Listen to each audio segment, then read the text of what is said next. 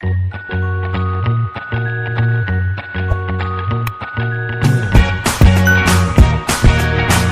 Student, welcome to इनएट classes. तो आज हम क्या करेंगे, नया टॉपिक स्टार्ट करेंगे, theory of demand.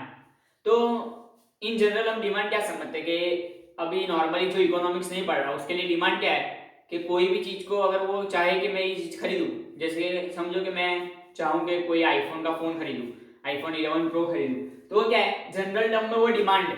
But economics term में डिमांड कुछ और है। इकोनॉमिक्स की अगर इकोनॉमिक्स के लिए हम देखना है, इकोनॉमिक्स के थ्रू देखने जाएंगे तो डिमांड का मायना पूरा अलग है।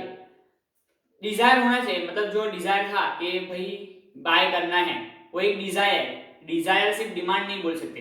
इन जनरल हम क्या बोलते हैं, सिर्फ डिजायर को ही हम डिमांड बोलते हैं कि अगर डिजायर मतलब मैं चाहता हूं कि मैं आईफोन 11 प्रो खरीदूं, तो डिजायर हुआ मेरा, और मैं उसको क्या बोलता हूं, इन जनरल डिमांड बोलता हूं। बट अगर मैं इकोनॉमिक्स के टर्म में देखने जाऊं तो मैं चाहता हूं कि आईफोन 11 प्रो खरीदूं, तो मैं उसको क्या बोलूंगा, डिजायर बोलूंगा। वो डिमांड कब बनेगा, वो मैं आपको डेफिनेशन के साथ, मतलब उसके मीनिंग के साथ समझा रहा हूँ कि डिमांड किसे कहेंगे।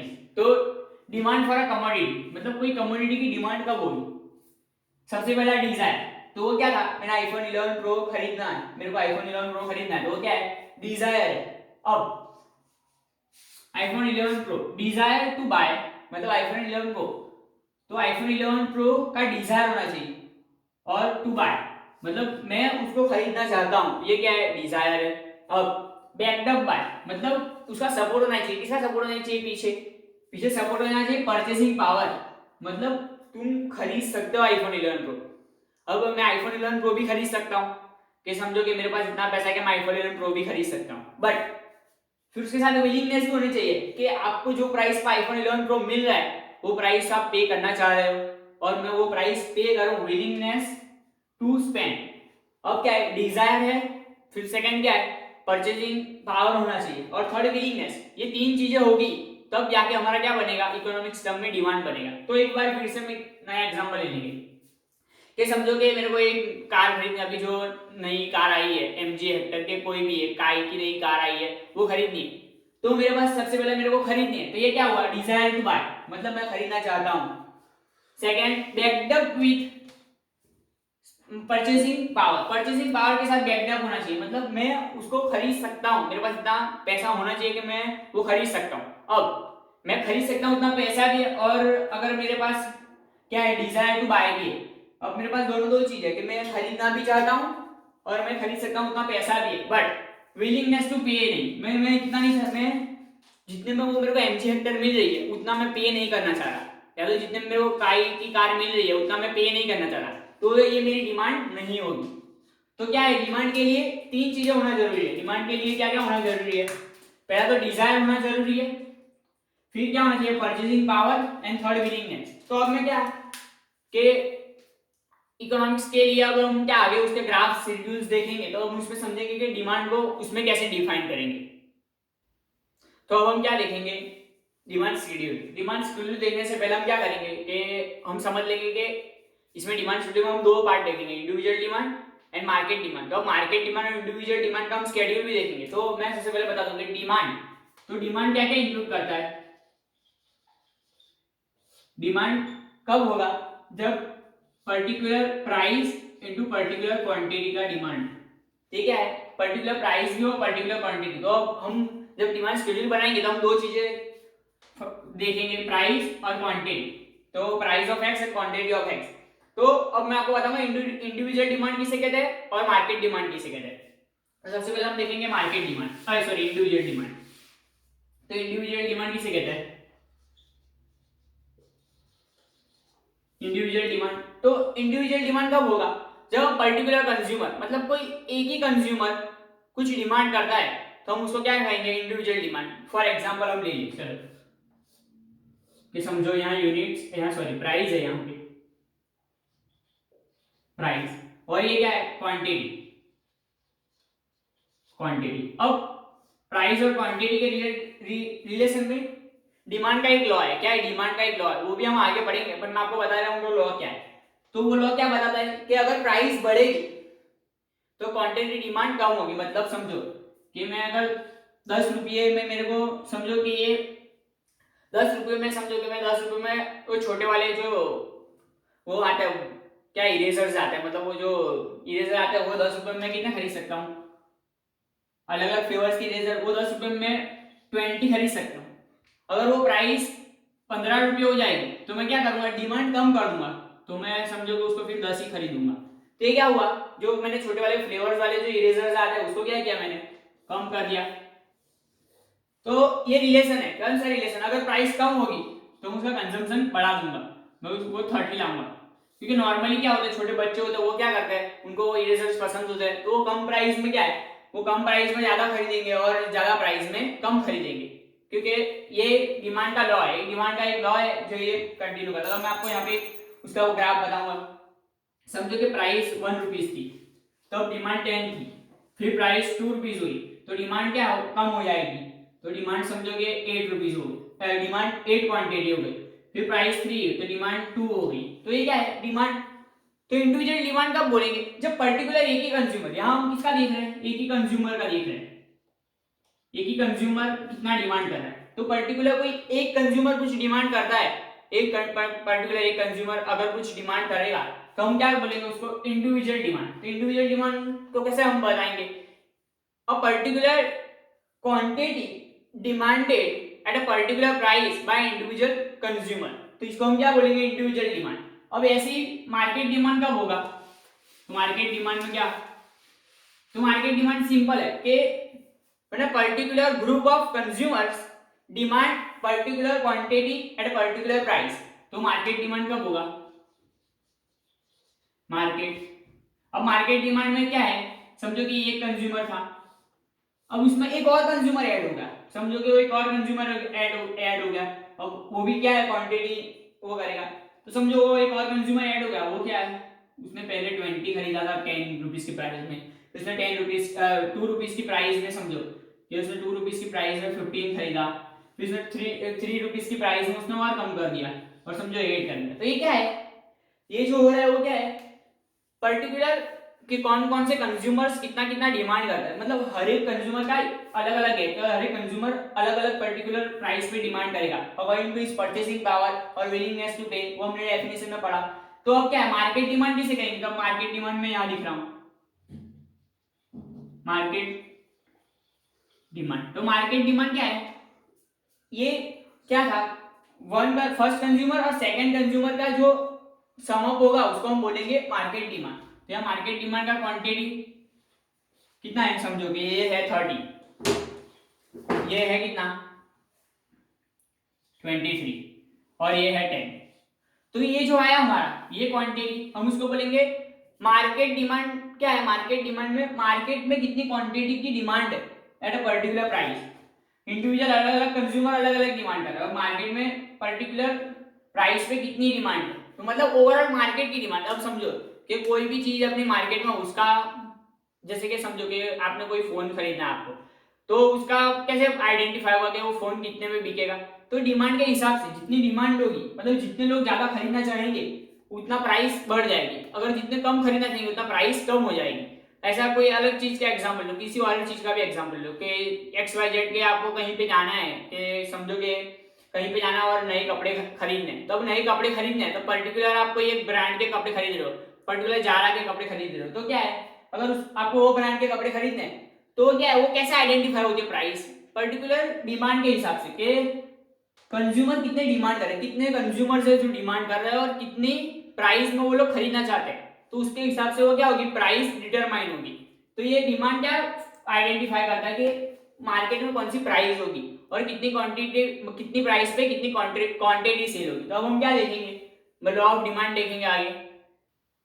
तो अब हम क्या देखेंगे, लॉ ऑफ डिमांड। तो लॉ ऑफ डिमांड समझ ले, तो लॉ ऑफ डिमांड क्या स्टेट करता है, law of demand state that other thing remain constant. और अभी अदर थिंग क्या है वो मैं आपको पढ़ाऊंगा, ये अदर थिंग में क्या आएगा, फंक्शंस ऑफ डिमांड एक्सेप्ट क्या, price of particular quantity commodity.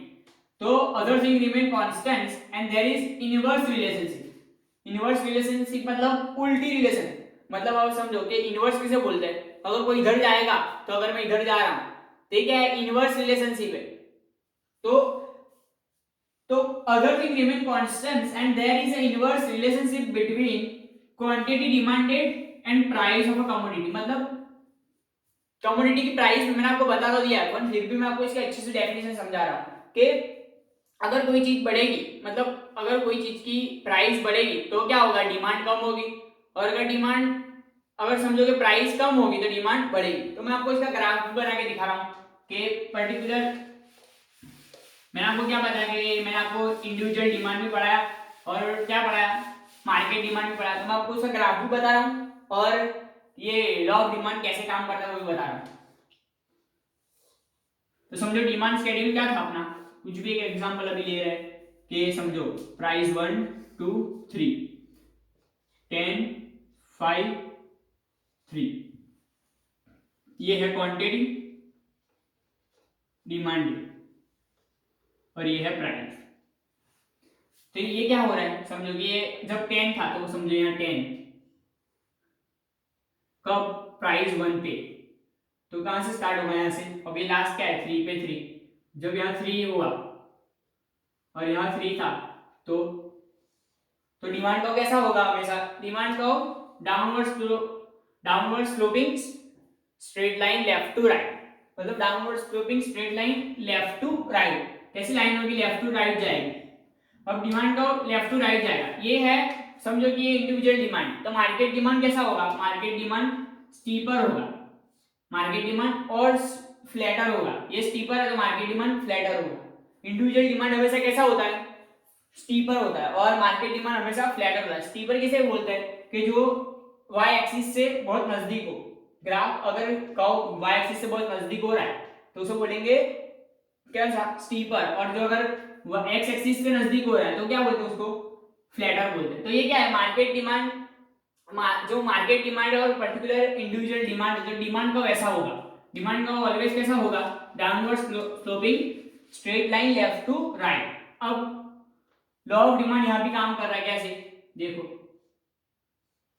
कि समझो अगर प्राइस कम हो रही है तो पहले समझो कि यहाँ एक्स प्राइस थी, अब प्राइस वाई हो गई तो क्वांटिटी एक्स पे कितना था, समझो कि 0 था, फॉर एग्जांपल समझो कि चलो 10 ले लेंगे, क्वांटिटी 10 था, और वाई पे कितना क्वांटिटी होगा, वाई पे क्वांटिटी बढ़ गया, तो वाई पे समझोगे प्राइस कम हुई तो वाई पे क्वांटिटी 20 हो गया। तो ये क्या होगा, लॉ ऑफ डिमांड क्या बता रहा है कि अगर प्राइस कम होगी तो क्वांटिटी डिमांड बढ़ेगी, और अगर प्राइस बढ़ेगी तो क्वांटिटी डिमांड कम होगी।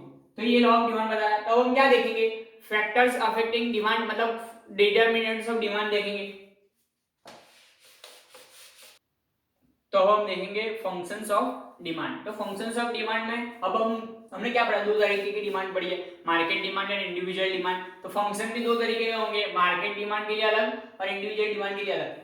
बट इंडिविजुअल और मार्केट डिमांड के नॉर्मली सभी फंक्शन सेम है, और खाली मार्केट डिमांड में दो फंक्शन ऐड होंगे, कौन सा, number of buyers and distribution of income, ये दो ऐड होंगे। तो मैं आपको ये दो भी समझाऊंगा, तो साथ साथ में हम मार्केट डिमांड भी समझ लेंगे। तो पहले हम फंक्शंस ऑफ इंडिविजुअल डिमांड समझेंगे। तो individual demand, price of own commodity. तो फंक्शन, पहला फंक्शन क्या है, प्राइस ऑफ ओन कमोडिटी। तो प्राइस ऑफ ओन कमोडिटी में क्या होता है, अकॉर्डिंग टू क्या, लॉ ऑफ डिमांड। तो अगर प्राइस बढ़ेगी तो कमोडिटी का क्वांटिटी कम डिमांडेड होगी, मतलब डिमांड जो करेंगे कंज्यूमर वो कम करेंगे, और प्राइस घटेगी तो डिमांड बढ़ेगी। तो own price of a commodity, मतलब हम जो प्राइस की क्वांटिटी चेक कर, डिमांड चेक कर रहे हैं उसकी प्राइस के हिसाब से उसका क्वांटिटी डिटरमाइन होगी। अब सेकंड है प्राइस ऑफ रिलेटेड गुड। अब रिलेटेड गुड्स में दो तरीके के गुड्स हैं, कौन सा, सब्स्टिट्यूट एंड कॉम्प्लीमेंट्री। अब सब्स्टिट्यूट गुड्स कैसे कहेंगे कि सब्स्टिट्यूट गुड्स फॉर एग्जांपल कि चलो तो मैं अगर चाय पी रहा हूं और साथ में कॉफी, तो कॉफी का सब्स्टिट्यूट है चाय, चाय का सब्स्टिट्यूट है कॉफी। तो सब्स्टिट्यूट गुड्स में क्या होता है, अगर प्राइस कॉफी की घटेगी, प्राइस कॉफी की घटेगी तो क्या होगा, कॉफी की डिमांड बढ़ जाएगी और चाय की डिमांड कम हो जाएगी। तो सब्स्टिट्यूट गुड्स में क्या होता है, अगर पर्टिकुलर सब्स्टिट्यूट गुड्स की प्राइस घटती है तो उसका क्या इफेक्ट आता है। अगर समझो कि चाय हमारा मतलब टी अपनी क्या है, पर्टिकुलर हम टी का हमारी पर्टिकुलर कमोडिटी है। अब हम हमारा सब्स्टिट्यूट गुड्स क्या है, कॉफी, कॉफी हमारा सब्स्टिट्यूट गुड्स है। अब समझो कि कॉफी की प्राइस घटी, कॉफी की प्राइस घटी तो हमारी डिमांड पे क्या इंपैक्ट पड़ेगा, तो चाय की डिमांड क्या हो जाएगी, चाय की डिमांड कम हो जाएगी। अब कॉफी की प्राइस बढ़ेगी तो चाय की डिमांड बढ़ जाएगी। तो ये क्या है, सब्स्टिट्यूट गुड्स का क्या होता है, direct relationship between substitute goods, price of substitute goods and quantity demanded of particular good, ये होता है। अब क्या है कॉम्प्लीमेंट्री गुड, कॉम्प्लीमेंट्री गुड किसे कहते हैं, तो कॉम्प्लीमेंट्री गुड समझा दो कि समझो टूथब्रश है और कॉलगेट की ट्यूब है। अब समझो कि क्या है, टूथपेस्ट है और टूथब्रश है, तो ये दो का कैसे डिमांड होगी। तो अगर समझो कि हम कॉलगेट यूज कर रहे हैं टूथब्रश, तो अगर टूथब्रश की प्राइस घटेगी तो क्या होगा, क्वांटिटी डिमांड कॉलगेट की भी बढ़ेगी। तो क्या है नॉर्मली, तो इन दोनों में क्या होता है, अगर पर्टिकुलर एक कमोडिटी की प्राइस घटेगी ना तो दूसरे कमोडिटी की प्राइस क्या, और दूसरे कमोडिटी पर क्या होगा, इनवर्स इंपैक्ट आएगा। अब समझाओ कि समझो कि टूथब्रश है और कॉलगेट है फॉर एग्जांपल। अब समझो कि कॉलगेट की प्राइस क्या हुआ, घटी, कॉलगेट की प्राइस घटेगी तो टूथब्रश की क्वांटिटी पे क्या इंपैक्ट आएगा, टूथब्रश की क्वांटिटी पे उसकी क्या होगी, डिमांड बढ़ जाएगी। क्या होगी, डिमांड बढ़ जाएगी। और अगर टूथब्रश की अभी समझो पर्टिकुलर कॉलगेट की क्या होगा, प्राइस बढ़ी तो टूथब्रश की डिमांड क्या होगी, कम होगी। तो कैसा इनवर्स रिलेशनशिप बिटवीन कौन सा कॉम्प्लीमेंट्री गुड्स में हम क्या लिखेंगे, inverse relationship between price of a complementary goods and a quantity demanded of particular goods. तो इनके बीच में ये होगा। अब इनकम ऑफ अ कंज्यूमर, तो इनकम ऑफ अ कंज्यूमर कैसे इंपैक्ट करता है, तो अगर समझो कि कोई कंज्यूमर है, जैसे कि चलो तो मैं ही कंज्यूमर हूं, तो अगर मेरा इनकम बढ़ा तो क्या होगा, मेरी इनकम बढ़ेगी तो मैं क्या करूंगा, डिमांड ज्यादा करूंगा। जैसे जैसे इनकम बढ़ती है ऐसे ऐसे हमारे डिजायर क्या होंगे, हाई होंगे, हम इतना डिमांड ज्यादा करेंगे।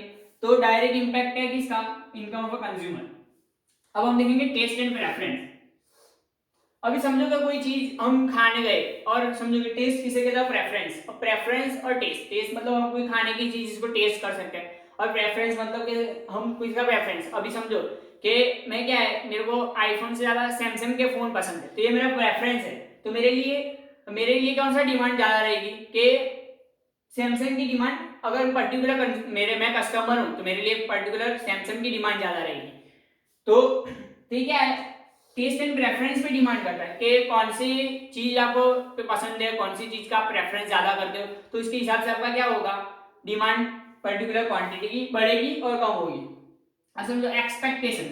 अब एक्सपेक्टेशन क्या होगा, एक्सपेक्टेशन मतलब समझो कि हमने सोचा कि फ्यूचर में किसी चीज की प्राइस, जैसे कि फ्यूचर में क्या है, फोन की प्राइस कम होने वाली है, तो हम क्या है, फोन अभी नहीं खरीदेंगे, थोड़ी देर मतलब थोड़ा वेट करेंगे और बाद में खरीदेंगे। क्यों, कि हमको पता है कि फ्यूचर में उसकी प्राइस कम होने वाली है, हमारा एक्सपेक्टेशन है। तो एक्सपेक्टेशन क्या होता है, अगर फ्यूचर में उसकी प्राइस क्या होगी, कम होगी, तो उसका वो क्या बढ़ जाए, मतलब फ्यूचर में उसकी प्राइस कम होगी तो हमारा डिमांड डिले हो जाएगी, तो डिमांड कम हो जाएगी। और अगर फ्यूचर में प्राइस हाई होने वाली है तो अभी डिमांड बढ़ जाएगी। फॉर एग्जांपल अब ये भी मैं आपको दो समझा दूं कि मार्केट डिमांड में दो है, तो कौन कौन से, डिस्ट्रीब्यूशन ऑफ इनकम और क्या है, number of buyers. Number of buyers, market demand मतलब बहुत सारे बायर्स होंगे, तो जितने बायर्स ज्यादा होंगे उतनी डिमांड बढ़ेगी, और जितने बायर्स कम होंगे उतनी डिमांड कम होगी। और डिस्ट्रीब्यूशन ऑफ इनकम मतलब जितने ज्यादा डिस्ट्रीब्यूशन ऑफ इनकम होगा मतलब इनइक्वालिटी क्रिएट होगी। मतलब अगर रिच लोग ज्यादा बढ़ेंगे तो लग्जरी गुड है वो ज्यादा बिकेगा, और जो नॉर्मल नेसेसिटी है वो कम बिकेगा। तो ये क्या है, डिस्ट्रीब्यूशन ऑफ इनकम भी इंपैक्ट करता है। तो हमने क्या पढ़ा था लॉ ऑफ डिमांड में कि अदर थिंग्स रिमेन कांस्टेंट। तो इसमें से अदर थिंग कौन सी है, प्राइस को छोड़ के सभी फैक्टर्स है वो क्या है, अदर फैक्टर। मतलब प्राइस को छोड़ के हम जितने भी फैक्टर्स है वो क्या है, सब अदर फैक्टर। तो अब हम पढ़ेंगे जब मार्केट, हमने लॉ ऑफ मार्केट पढ़ा, मतलब लॉ ऑफ डिमांड पढ़ा, तो उसमें हमने क्या पढ़ा, other thing remain constant and there is a inverse relation between price and quantity demanded. तो प्राइस एंड क्वांटिटी डिमांड के बीच में इनवर्स रिलेशन होगी कब, when other thing remain constant. तो कौन कौन सा कांस्टेंट रहना चाहिए, price of a related goods, income of a consumer, taste and preference, expectation. और फिर मार्केट डिमांड पे जाए तो क्या, number of buyers and distribution of income. तो अब हम क्या करेंगे, क्विकली रिवाइज कर लेंगे। मैंने आपको क्या क्या पढ़ा। सबसे पहले मैंने आपको पढ़ा कि डिमांड किसे कहते हैं, फिर मैंने आपको क्या पढ़ा, individual demand and market demand. फिर हमने क्या पढ़ा, लॉ ऑफ डिमांड। फिर लॉ ऑफ डिमांड के बाद में मैंने लास्ट में क्या पढ़ा, फंक्शंस ऑफ डिमांड। और फिर मैंने आपको डिमांड शेड्यूल भी पढ़ाया। तो ये सब मैंने आपको पढ़ाया क्या, अभी ये वन पार्ट है। अब हम सेकंड पार्ट कुछ ही दिन बाद हम सेकंड पार्ट भी इसका क्या करेंगे, अपलोड कर देंगे तो आप उसको भी आगे देख सकते हो। मतलब अगर आपको ये चैप्टर में आगे क्वेरीज है तो हम आगे ये चैप्टर का सेकंड पार्ट बनाएंगे, उसको आप देख सकते हो। और अगर आपको आपके कोई फ्रेंड्स है उसमें अगर आपको वो 10th में या तो 11th में या तो 12th में साइंस में है तो हम साइंस के भी वीडियो ये चैनल पे अपलोड करते हैं। और आपको अगर ज़्यादा से ज़्यादा अब जल्दी से जल्दी नोटिफिकेशन चाहिए तो हमारे चैनल को आप सब्सक्राइब कीजिए।